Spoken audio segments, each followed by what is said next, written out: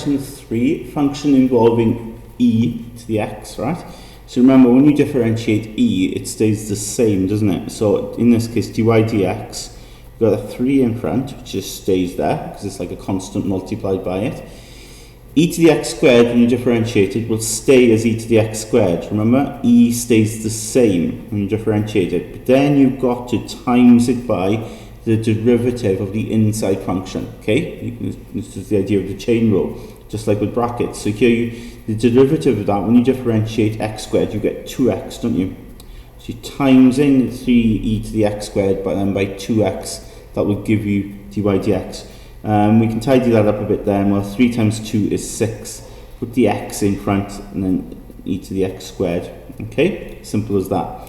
With b, we've got y equals ln 1 plus 5x minus 7x squared, while dy dx, remember for ln, is going to be 1 over all of that, yeah? Okay, that's how you differentiate ln. It's always 1 over, okay? ln x, derivative is 1 over x. But if you've got ln all of this, it'll be 1 over all of this. But then you've got to times it by the derivative in here, okay? That's the chain rule. So times it by differentiate in here. Well, 1 becomes 0, 5x becomes 5, minus 7x squared, bring the 2 down, be minus 14x. So there's your answer there, okay? And of course we'll rewrite this and put that on top of the fraction. Okay, there's your dy dx. C then, what have we got? Y equals sine 8x plus 1, okay? Right, dy dx. Well, remember then, with sine, dy dx is cos, isn't it?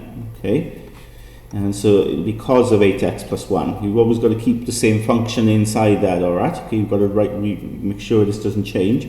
So sine becomes cos of 8x plus 1, but then you times it by the derivative in there, differentiate in there, you just get 8, don't you? So the answer is 8 cos 8x plus 1. Okay.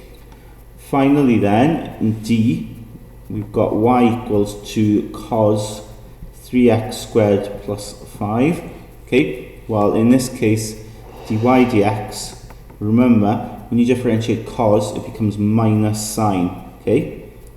Minus sine of whatever's in there. But then you've got to times it by the derivative in there, differentiate in there. Well, bring the 2 down, you get 6, don't you? 6x, and that becomes 0. So there's your answer there. So you get, let's put it in front, minus 6x sine of 3x squared plus 5.